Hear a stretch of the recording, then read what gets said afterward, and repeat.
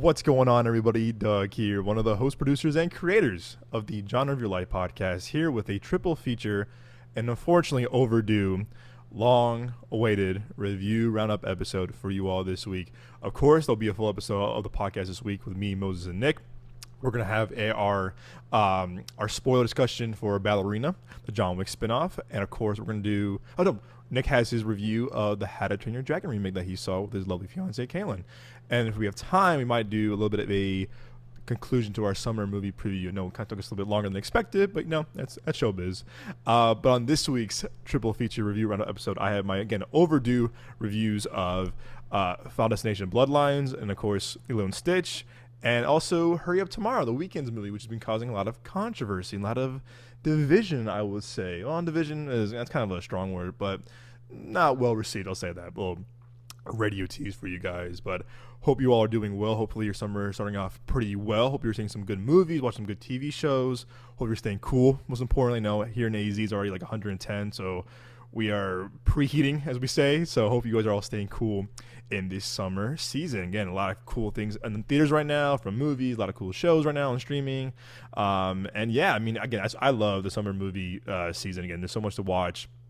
Mostly in theater, of course, but there's some cool things, of course, in streaming. No slight, but no, the summer movie season always kind of brings me joy. I think like growing up with friends and family, looking at the next big movie, whatever. So we're in full effect. And I think we have a big one this week with, again, How to Train Your Dragon, like I said. And then I think next week is 28 Years Later, which I know we're really excited for. So, man, we are just getting started, and we have so much more to review for you all, and a lot more things to cover the summer. So strap in. We have a fun summer ahead. Of course, you can find the show on Spotify, Apple Podcasts, Amazon Music, YouTube Music, or your favorite podcast platform of choice. And of course, now we have our video element of our show going strong on our YouTube page, youtube.com/Midway Avenue Productions. Whether you're on Spotify, Apple, Amazon, YouTube Music, subscribe, rate, follow the show. We want to hear from you guys. Again, your feedback means the world to us. But again, don't be shy. Subscribe, rate, follow us, leave a review. It means the world to us. And again, to our Apple Podcast fans, listeners, we still have our goal: 200 Apple Podcast ratings or review ratings by end of summer. So we're still, I think, at 40 right now, I want to say. So, we got ways to go, but, we're getting there slowly and surely. Also, one of our goals still is 1,000 subs on YouTube by end of summer, too. I think we're at 741, which is really cool. We're going to do a lot more vlog kind of stuff. I think me and Nick kind of cracked the code now in terms of, like, what we're going to do before screenings. We used to kind of do like walking and talking kind of vlogs, and they were fun, but it wasn't kind of like what we do or what we enjoy. So, I think going forward now, before every screening we have, then we're going to, or any kind of event, we're going to do like a pre-show kind of vlog of like, hey, we're here seeing this, blah blah blah blah. Have some guests come and hop on a little bit. Again, our friends Nino and Seth, who are again our fellow AZ legends, who are also great content creators, also great critics. We're part of our Ballerina little kind of vlog. It was a lot of fun. So if you see us at a screening, come up say hi to us. We'll love to have you on the vlog or a little bit of the recording if you want to hop on before we go see the movie. So look out for a lot more of those. I think we're gonna do one for Jurassic in a few weeks. Then we're gonna do one for Megan most likely, and of course I think we are seeing Superman on the 8th now. This in the screening for Amazon Prime members is the 8th. So a little tease for you guys too. If you're an Amazon Prime member, I think you can get tickets to go see Superman a few days early. I think this is Nick's most anticipated movie of all time, if you ask me, because he's the Superman DC expert. So I'll look out for that. I think we're seeing that in IMAX, I want to say. So also do another pre-show vlog, a screening vlog of that too. Again, if you're at AZ Mills IMAX, come say hi to us. We'd love to have you on the show. I'll have you on the social media video. So yeah, guys, thanks so much for the support. Hope you've been enjoying the show this summer so far. And again, I'm still working on fulfilling my promise of getting better with these review roundup episodes. Again, I've been seeing so much stuff recently. I've just been busy with work's been kind of hectic, and just kind of life stuff with events. So again, forgive me, but again, I really do promise this time around I'm going to be much better, and I have a lot more stuff to kind of edit and upload for you guys for our channel. So yeah, guys, we definitely appreciate it. But again, we are here for, of course, I have my reviews of Hurry Up Tomorrow, Final Destination Bloodlines, and of course the live action Lilo and Stitch. But you know what? As always, I will review these in order. Starting off with Hurry Up Tomorrow, a movie that maybe some of you probably haven't even heard of, and it's totally fine. This is the Weeknd's movie. The Weeknd, I think his last name is Tesfaye.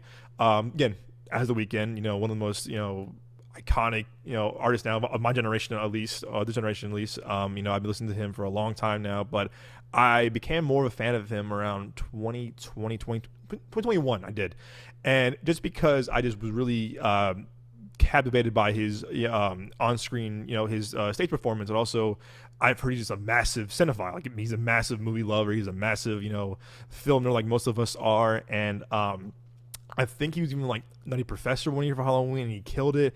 I mean, he's had some like elaborate and like full full like top tier costumes that were just out of this world amazing. So, I love and respect his passion for, movies and filmmaking too. I remember seeing Uncut Gems. Again, a big fan of that movie too. I know he's boys with the Safdie brothers. For a little cameo that he was then with, I thought was pretty good. Again, more fan of him as an artist, as a musician. But 2021, I listened to him a lot more, and I was like, whoa, like who is this guy? And I listened to more of his music on replay. Yeah, I remember I have a few of his songs when I was in high school. I remember like The Hills and a few other songs. I think Can't Feel My Face was big when I was in high school, but 2021 is when I really kind of understood of like, okay, this guy really is just a genius musician, but also, again, I do kind of admire that he's also a cinephile like me. So Hurry Up Tomorrow, again, it is his movie. He's starring in it. He's directing in it. Starring in it, wrote it, and produced it. I really wouldn't call it semi-autobiographical. I think in some interviews he's said it's kind of that way to a degree, but not to like, the full extent, I want to say. But with that said, though, he's playing himself. I think it's more like a heightened up version of like an incident that happened to him a couple years ago when he lost his voice. And I think it was a tour that I saw. I saw him in concert. I want to say 2021 in August. Yeah, that sounds about right. I saw him in August of 2022, and he just put on a phenomenal show. I mean, I wanted to go see him again. We came to AZ a few weeks ago, but timing didn't work out, of course. But I mean, he really is just if you can see him in concert, he puts on a great show, and it's worth every penny. But again, it's got to be for me. It didn't work out this time, unfortunately, but he was great. But again, it's kind of, he's playing himself. He's playing, a heightened version of himself, like kind of a lot of these like kind of like semi-autobiographical movies are. But Hurry Up Tomorrow follows a story about a plagued by insomnia, a musician gets pulled into a nightmarish odyssey with a stranger who begins to unravel the very core of his existence. It's pretty good, actually, a good premise.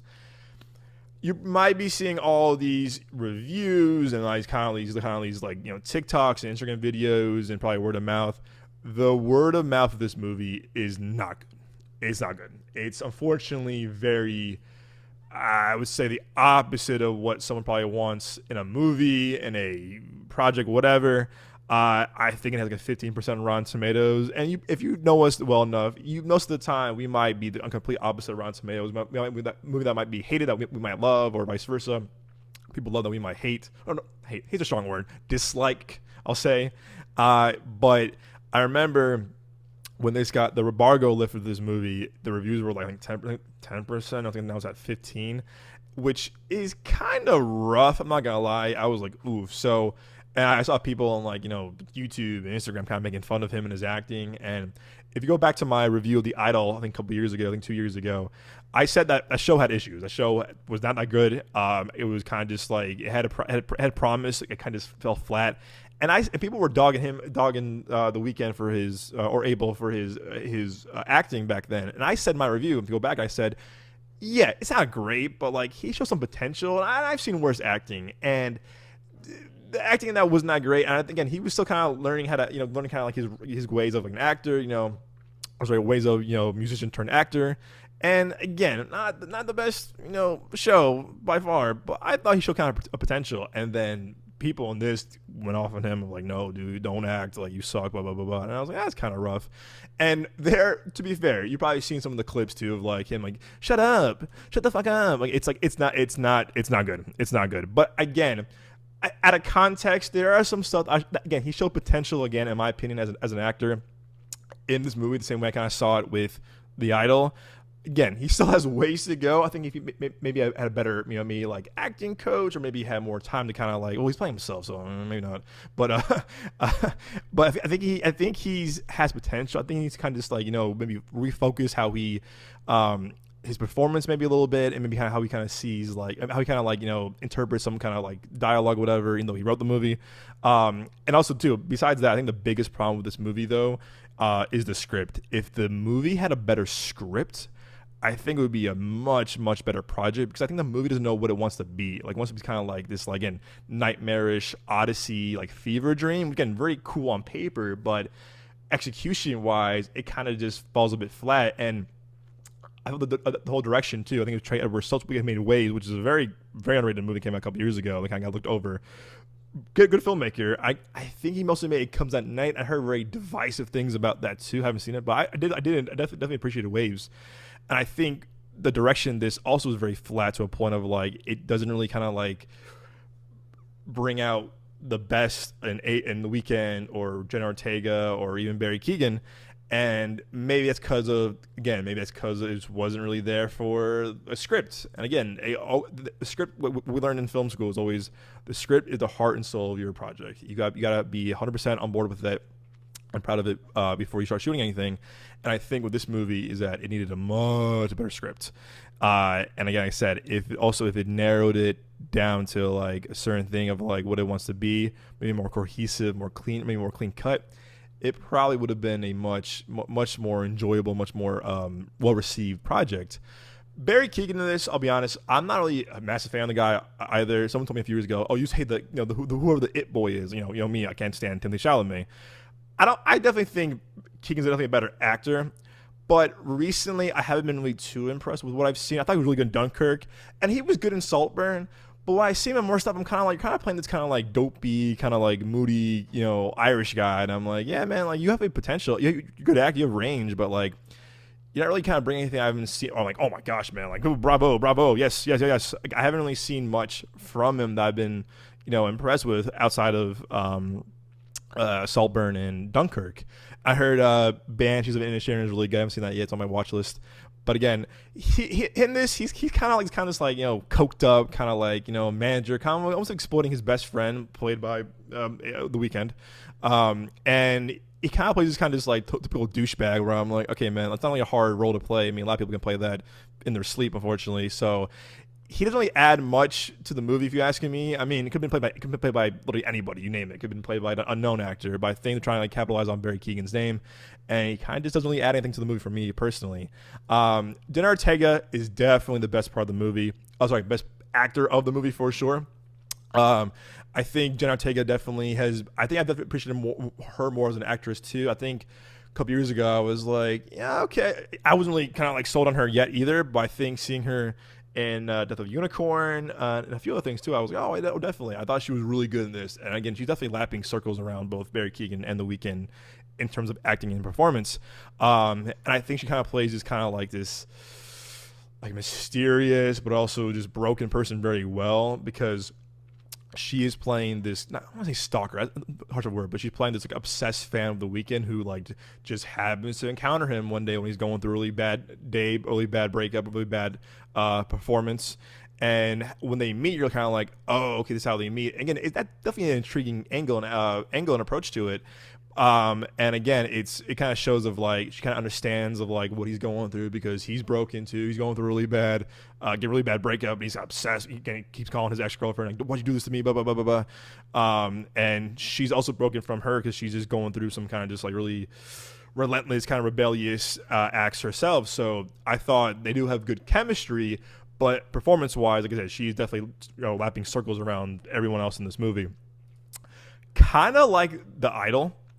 The best part of this movie, besides Jenna Ortega, is that the visuals and music are just top tier amazing. They really are. And I thought, the music in The Idol was just, to me, was like fantastic. I play some of the songs when I'm going to the gym, when I'm doing a long drive. Again, I just love his music a lot. And I thought The Idol had some just like amazing music, amazing score, and just like this, again, some cool visuals in The Idol, but I thought the visuals in this movie were just like out of this world. Only very Kubrick, Nolan-esque to a degree, not that like level of quality, of course, but like kind of took inspiration from those, directors. Again, like I said, Abel, The Weeknd is definitely a massive, cinephile. But the music in this is remarkable. I think the score is very adds a lot to like the movie itself. Again, if you can utilize score as an own character in the movie, that's to me is just bravo. And also, I'm just a huge fan of this album, Hurry Up Tomorrow. Again, hence the name, Hurry Up Tomorrow.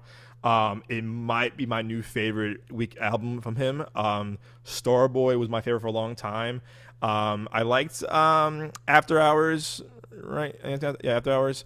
Also, really liked Dawn FM a lot. But for some, I've been playing Hurry Up Tomorrow, the album, through and through for so long. I think it now is my new favorite album of his. It feels very personal.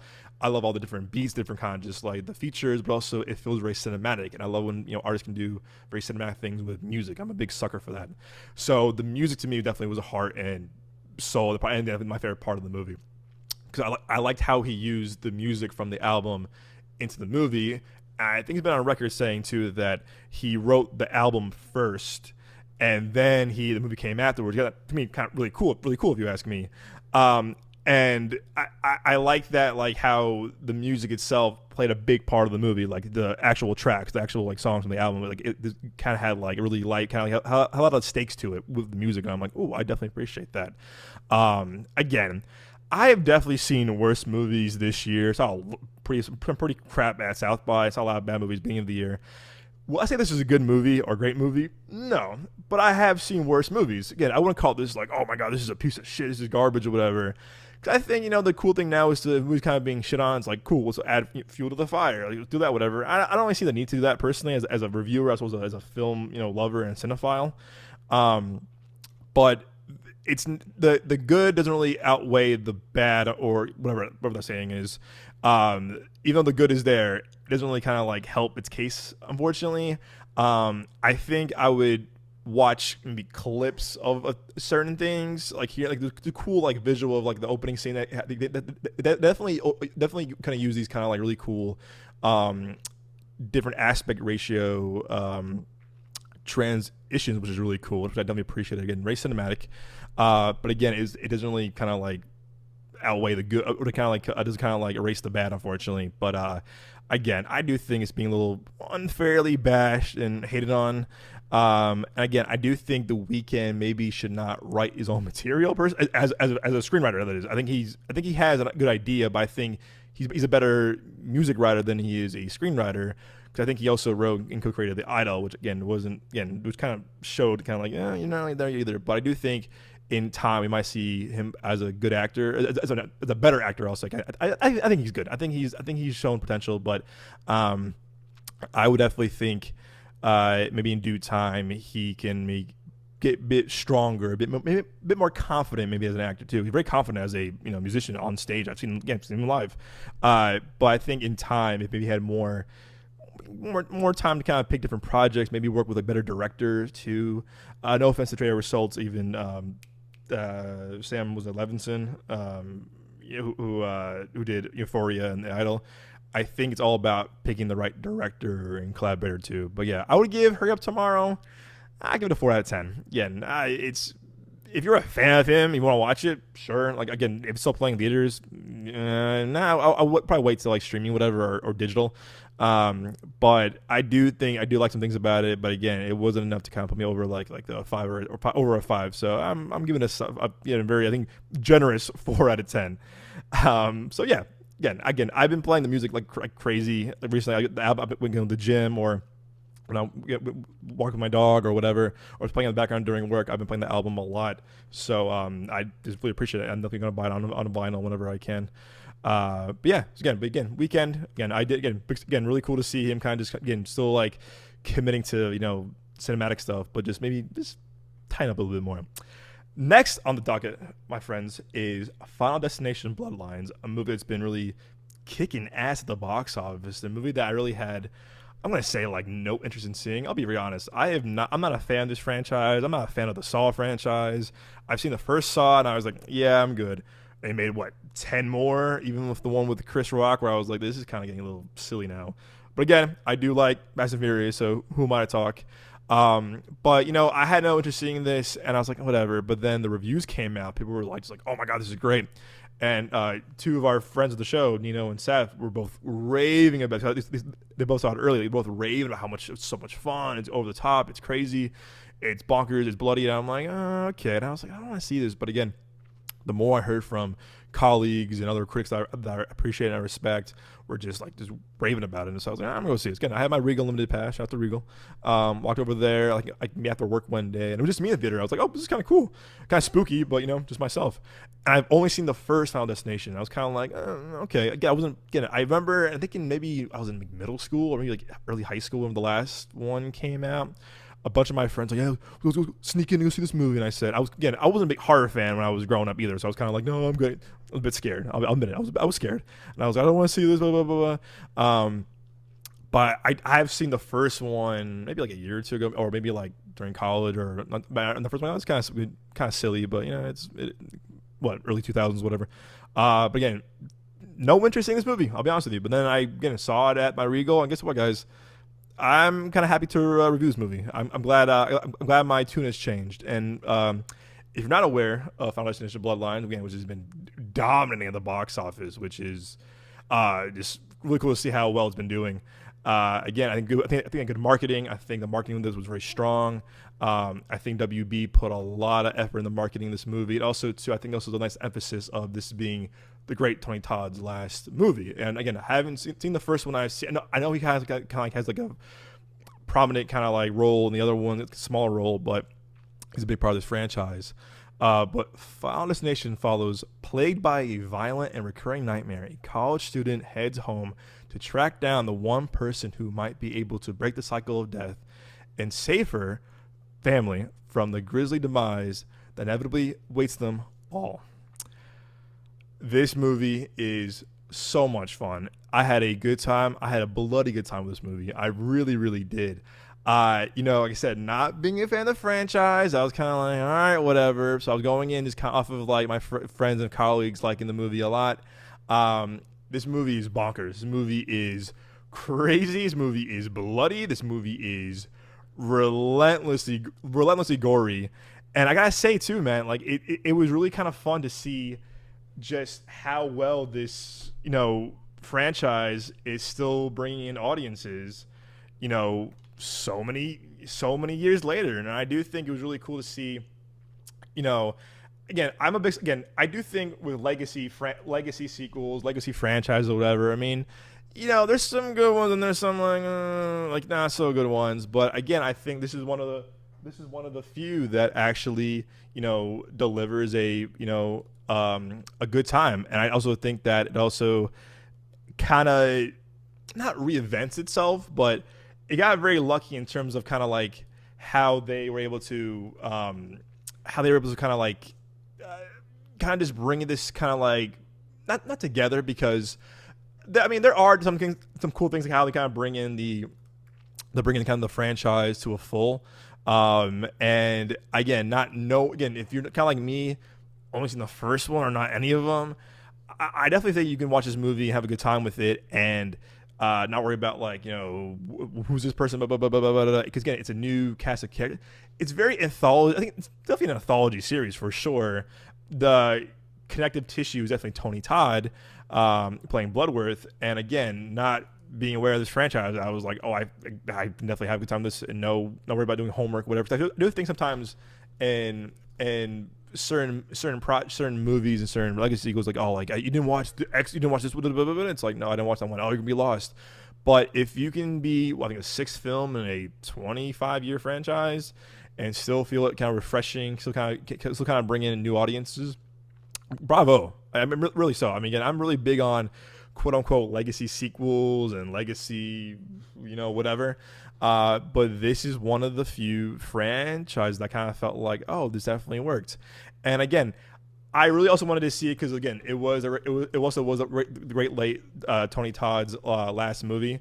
But I do think, again, I think that I'm more aware of his kind of like his voiceover work, but also too, I do think his voice is very iconic. I mean, he was the last Venom in the Spider-Man video game for the PS5, PS4, whatever. But again, so I do like when they definitely handle a proper send up to a phenomenal actor, a legend, you would say, and how they tie his character into the lore and mythology of the franchise, I thought was very interesting. Again, not being a fan of the franchise, but there's, again, like I said, the absurdity of this movie, how bonkers it is, how crazy it is. Again, it is like, I can't even show you any of the other clips. It's probably gonna be copyrighted or even get me like in trouble, get the show in trouble. That is, get our channel banned, or taken down. But I mean, I was sitting there and I was like, oh my god. But again, it also works very well as a comedy. And I heard that from other reviewers too, where I was like, yeah, it's definitely very like comedic. And I was like, really? Because again, I'm not a big fan of like quote unquote torture porn kind of movies, kind of like the Saw, a lot of Eli Roth stuff. And I kind of consider the Final Destination franchise to be torture porn, quote unquote. And so to me, I was like, in fact, I was laughing like early on, where I was like, whoa. I was like, I'm kind of surprised I'm laughing at this. And there's definitely some kills and actions kind of like happen for comedic purposes. And I'm kind of bummed because my theater was just me. And I think that I might have enjoyed it a bit more with an enhanced viewing of seeing with the audience, seeing with the crowd. Because I've seen all the clips of like, the test screening, like, oh, see with the crowd, blah, blah, blah. And both my friends saw it. A lot of my friends I saw the crowd. They were like eating, like, oh my God, people were clapping and cheering, going crazy. I'm like, oh, I didn't have that experience. I did have a guy, I think it was a patron, I don't think it was a worker in my Regal, kind of just walk in like having the movie and to the left of the screen of the theater and turned around and just stared at me for 20 minutes. And I was kind of like looking to the left. I was like, is this part of the movie? Is this like am I part of this franchise now too? I was kind of like, oh boy. He's left. He just left. So, and I was like, kind of watching the movie, but also I was like, what the hell? I was like, this is kind of freaky. So that kind of definitely gives my enhancement of my experience, I would say. I also did like, I probably heard on the podcast before say, I like when films have a cast, ensemble cast, whatever in general, being unknowns. And I didn't know anyone in this movie. I didn't know any, from the main actress to the co-stars, from her brother to her parents to her cousins, whatever. I knew no one except for Tony Todd. And I'm like, I like that, because I felt like, oh, this was Austin Butler or Tom Holland or I'm trying to think of an example, Michael B. Jordan or whatever, John Boyega. I was like, oh, I see them for the actor that they are. And not knowing who any of the actors were, I kind of felt more invested to their characters, to the storylines. When they died, I was like, oh wow, that person died. That sucks. I was invested them emotionally in this movie, and I like that. I do like when you don't really know anyone. You kind of just feel just more, just like you kind of appreciate the story and what's going on more, in my personal opinion. With that said, though, I guess my biggest gripe with the movie is that the acting is not that great. And again, you probably say, well, Doug, it's a Final Destination movie. What'd you expect? Blah, blah, blah. Again, this is more of a nitpick, I would say. Yeah, a small gripe. But there was times where it was like, oh no, she did that.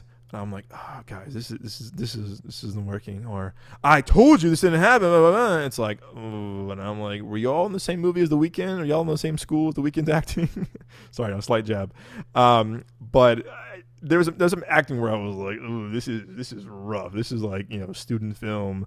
Like, you're still figuring out, like, it's like almost like first out of improv acting class acting, where I was like, But again, it is a horror, crazy, popcorn flick. And again, I shouldn't be bagging on the acting as much, but there was times where I laughed. I was like, ooh, the acting in this is kind of rough.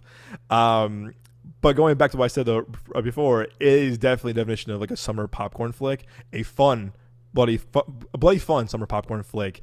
I do like that.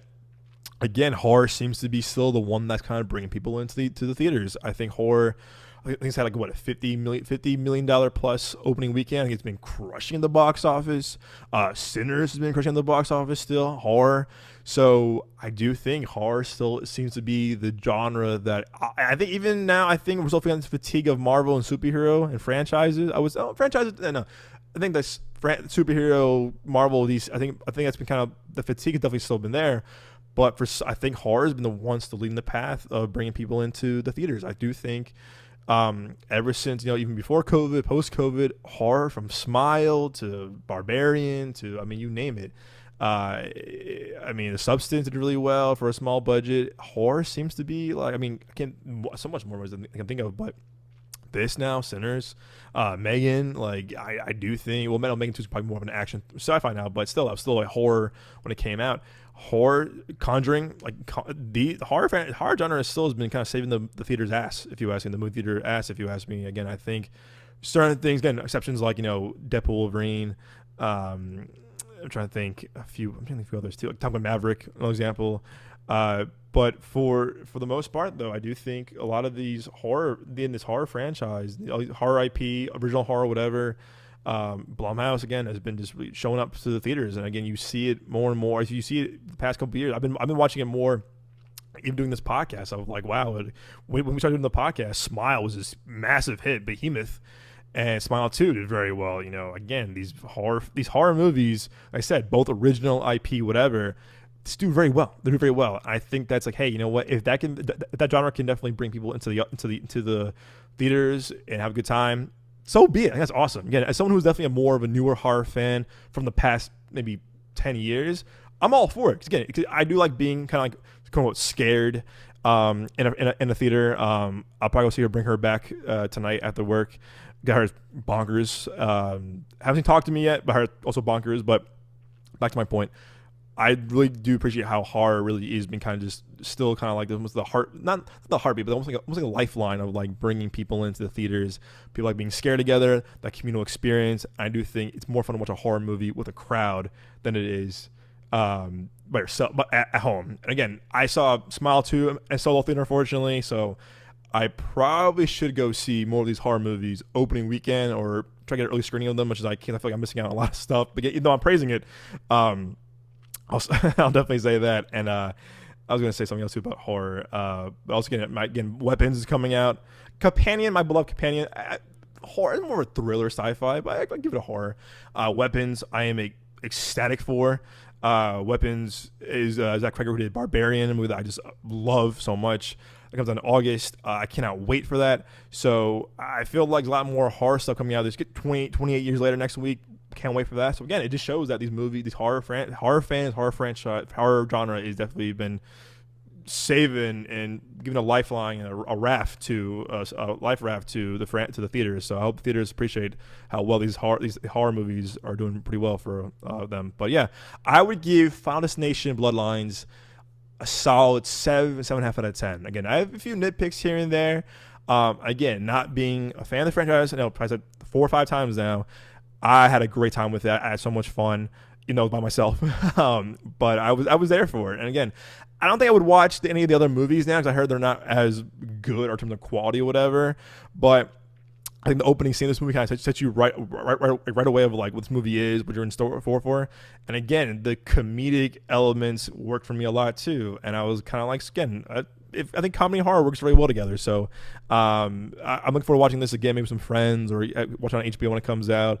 But yeah, if you see it in theaters, see it with some friends, see it with a crowd if you can. Yeah, definitely worth the watch. And again, it's fun to see a summer popcorn flick like this do very well and just have a good time with it. Yeah, that's what you want. What you want in summer, popcorn flick. Yeah, guys. So moving on to the third and final review of this review roundup episode is the Lilo and Stitch remake. Let's go into this right away. Actually, so Lilo and Stitch to me, the original one, 2002, means the world to me. It does. It's one of my favorite Disney movies. It was a big part of my childhood. I have a story I told a few weeks ago where it was that my parents took us to see the Scooby-Doo movie in '02, and we were at the AMC Lowe's, North Michigan 9. I think it was just the Lowe's at the time, or might have been Cineplex. I think it was just the Lowe's at the time. And my parents were cool because they do that thing called the double feature, which we see 2 movies for the price of 1. We think on the movie, and this is way before assigned seating and every kind of stuff, whatever. I know my mom was very against it, but my dad was kind of like, no, we got this, whatever. So I kind of learned that from him. Well, both of them, but I definitely inherited more of like the appreciation for it from my dad. And I remember we went to Scooby-Doo, and we walked over to see Lilo and Stitch. And I think we saw some family friends that were like, oh, they're here too, in the same row, which kind of like ironic how funny that kind of was. But I remember doing double feature of Scooby Doo and Lilo Stitch, both movies that were a big part of my childhood, movies that I still have appreciation for. And I haven't watched the Lilo and Stitch, the original one, in so long. So I watched it a week before I saw it, and I felt like a kid again, man. The movie, to me, it's perfect. It's a perfect perfect movie. Animated movie aside, it's a perfect movie. It is so special. It is so charming. It's full of emotion and heart, and just, it's sad, but it's tragic, but also it's very uplifting at the same time, like ironic enough. And I just love that original one so much. And Stitch was definitely one of my favorite characters of all time from Disney. I would probably go the tie between Stitch and then Doug from Up. I mean, hence the name, of course. But I love the movie Up so much too. Favorite Pixar movie.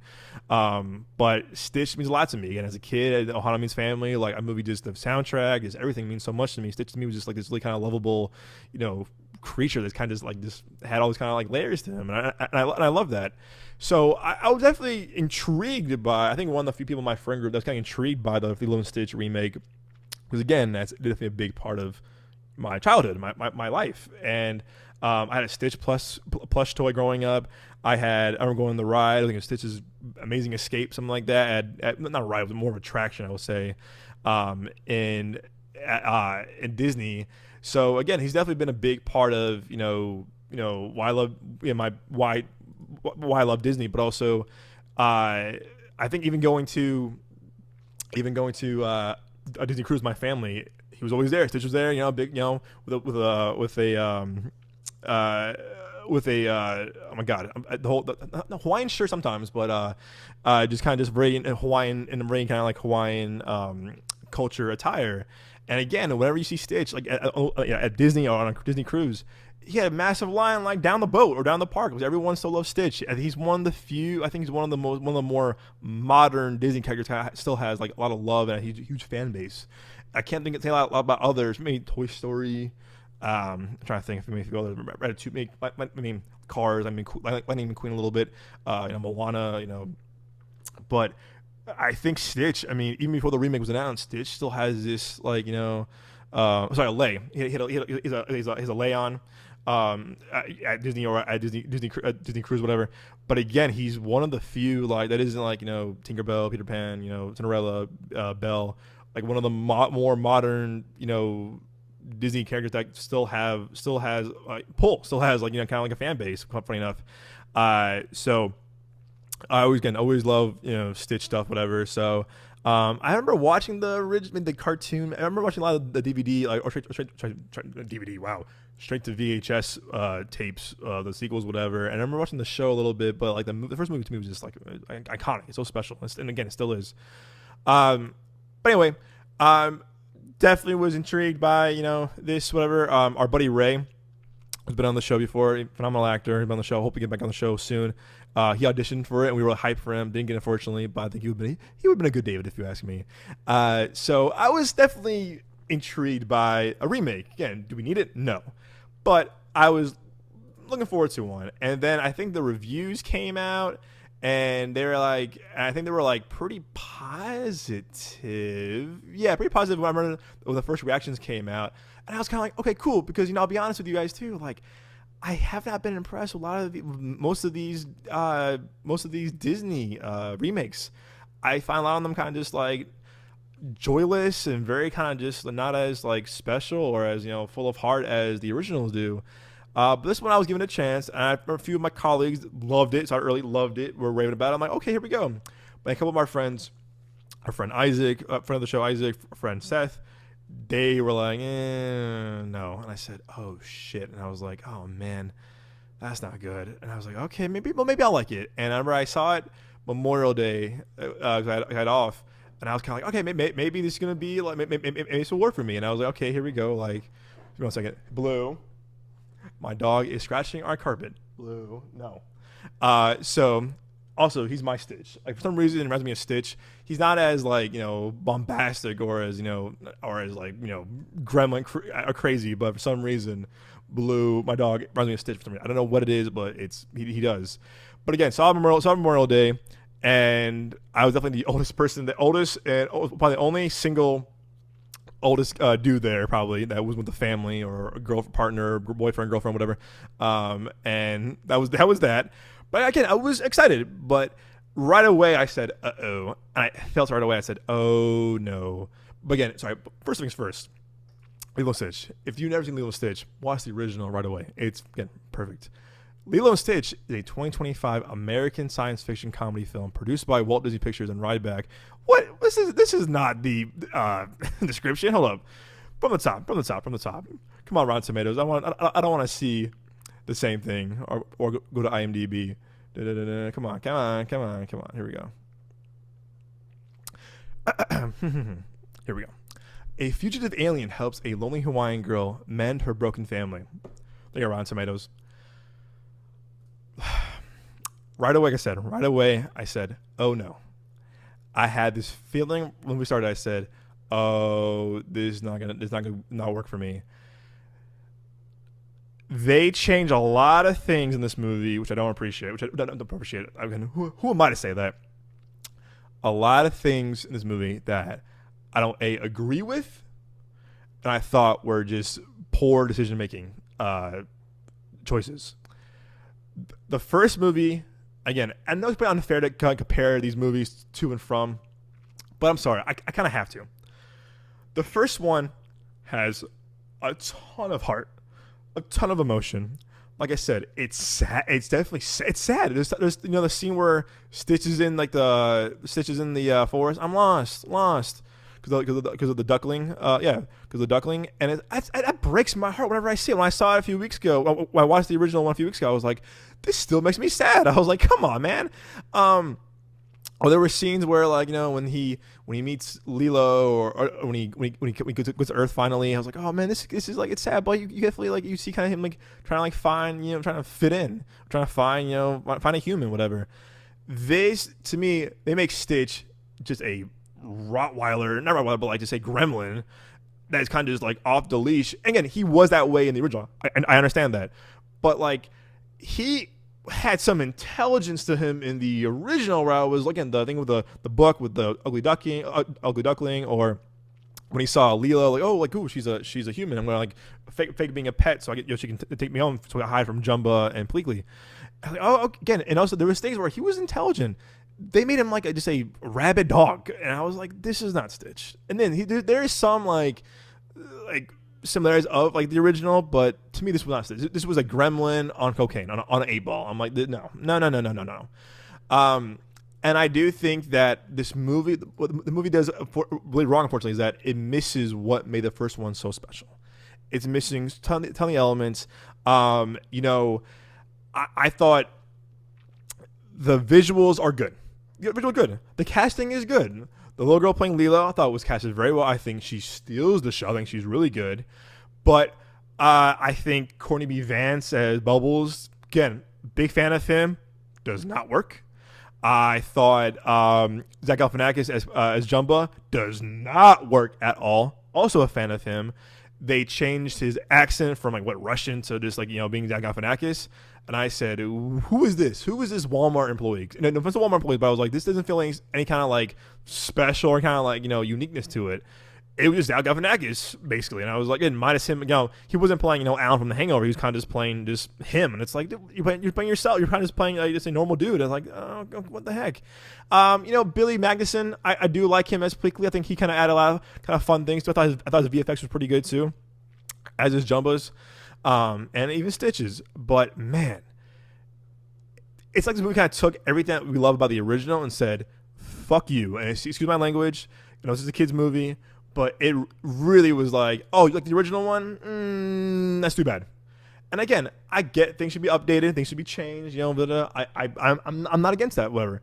But you guys, I do think it kind of said my point of like these live action remakes just are so far removed from what made the originals so special and so unique. I think the best one has been Jungle Book. I think Jon Favreau captured magic with Jungle Book remake. The cast was phenomenal. The music was great still. It felt like a really nice love letter to the original, but making it more modern for a new generation. This is kind of just like, yeah, again, I do appreciate they're going to bring Stitch to a new generation in terms of like, live action, whatever, for a new audience. but just have them watch the original. The original to me is just like, again, it is a perfect movie, and I don't understand why this was made. I think it was supposed to be Disney Plus originally, and it probably should have kept Disney Plus, but of course, it made so much money. Surprise, surprise. But you know, I just like watching it made me so upset because I was like, this really isn't. Again, it was kind of just like, oh, you like Stitch? That's too bad because we're not doing any of that. And a lot of things are again. I do like that they used what's her name? She played Nani in the original movie. Tia Carrere, who again also loved her in Wayne's World. They make her a new role in this. Again, appreciate they kind of split her role and Cobra. Sorry, they split Cobra Bubbles, his role, into two. He's still there, but now Miss Kikoa, she is now kind of like the other half of what Bubbles was in the original movie. Again, Maya, who plays Lilo, is really good. Sydney, who plays Nani, is good. But again, it really also then the sister, again, to me the sister element definitely still there's still a ton of that, but again, it does not hit the same as the original. A lot of my fellow critics and friends are calling it soulless. Yeah, I would say that for sure. I did like, so Chris Sanders, who's the original director of the original writer, co-writer, co-director of the original, who also wrote it with Dean DeBlois, I think his name, and they also wrote the first How to Train Your Dragon together. I think also Chris Sanders also just did The Wild Robot. Haven't seen it yet. Heard it's amazing. So again, a fan of him as a director, as a creative, whatever. I'm really happy they brought him back again, he was also the voice of Stitch in the original movie. I was really happy they brought him back. But then I watched the movie and I said, hold up. They recycle a ton, and I mean a ton of voice snippets from the original. Again, having just watched the original too, I was like, they just took the original snippet of the voice into this one. I'm like, you guys can't be serious. And yes, there is definitely some new dialogue from Chris Sanders as Stitch. There is.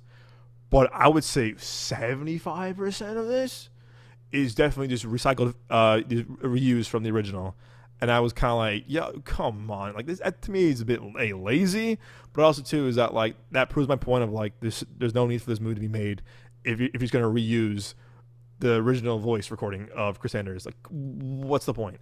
I think I'm sorry guys, I'm dogging this movie so much, guys. I just love the first one, the original so much.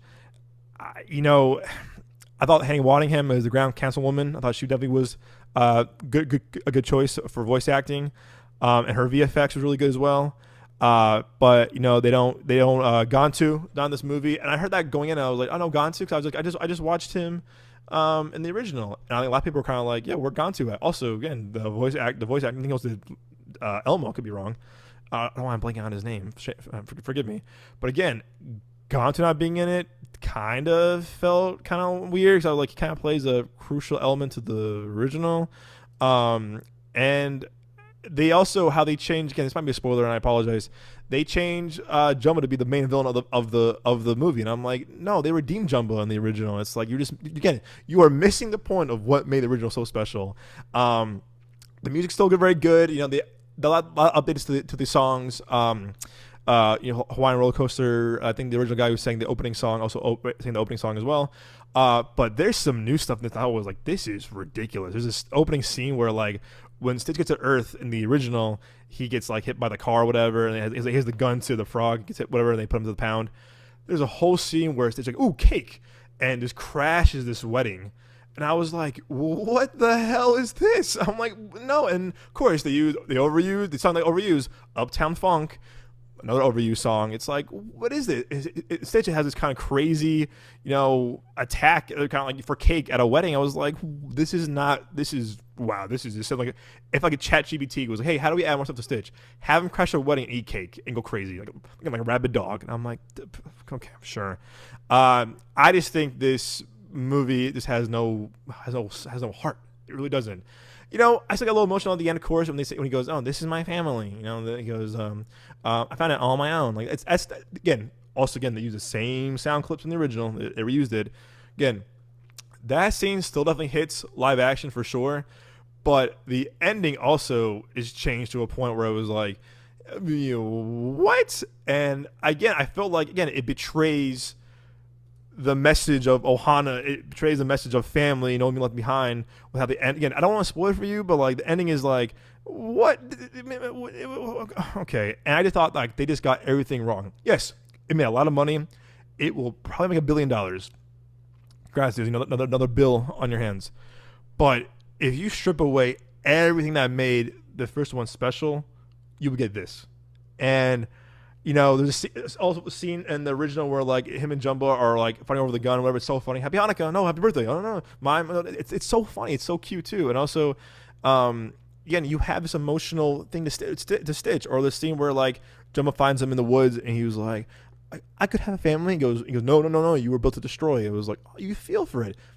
That is missing entirely in this. I was so upset. I said, again, it's a big fuck you to the original. And I do think the director who did Marcel, the show, The Shoes On, I heard really good, never saw it. I think he didn't understand this movie. I think he was like, okay, he made a cute movie about Marcel Shell. Let's hire him. Okay. And I saw him in interviews. And again, I don't know the guy personally. Again, I haven't seen his movies. But he was kind of just like, yeah, he felt like a hired hand. He was like, hey, you want to make a movie about Stitch? Sure.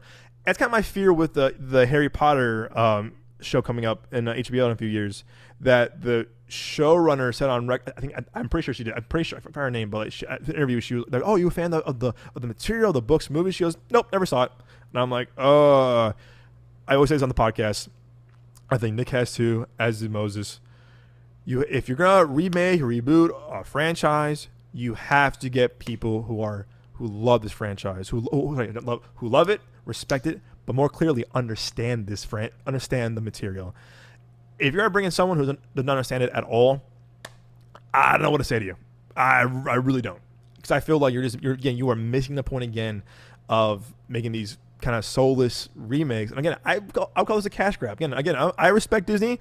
I'm a big Disney fan from what they do in terms of like imagination, stuff like that. Innovation. I get it.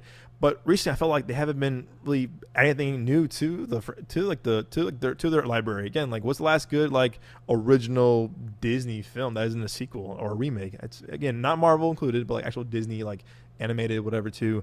But yeah, it just felt like, again, some of my friends call it a soulless cash grab. I feel the same way, unfortunately, and it broke my heart. As someone who just absolutely just loves the original so much, it just was like we're gonna just kind of dishonor the original in so many ways in this one, and this one did it. And I thought that the cast was good and the VFX was good, the music was good.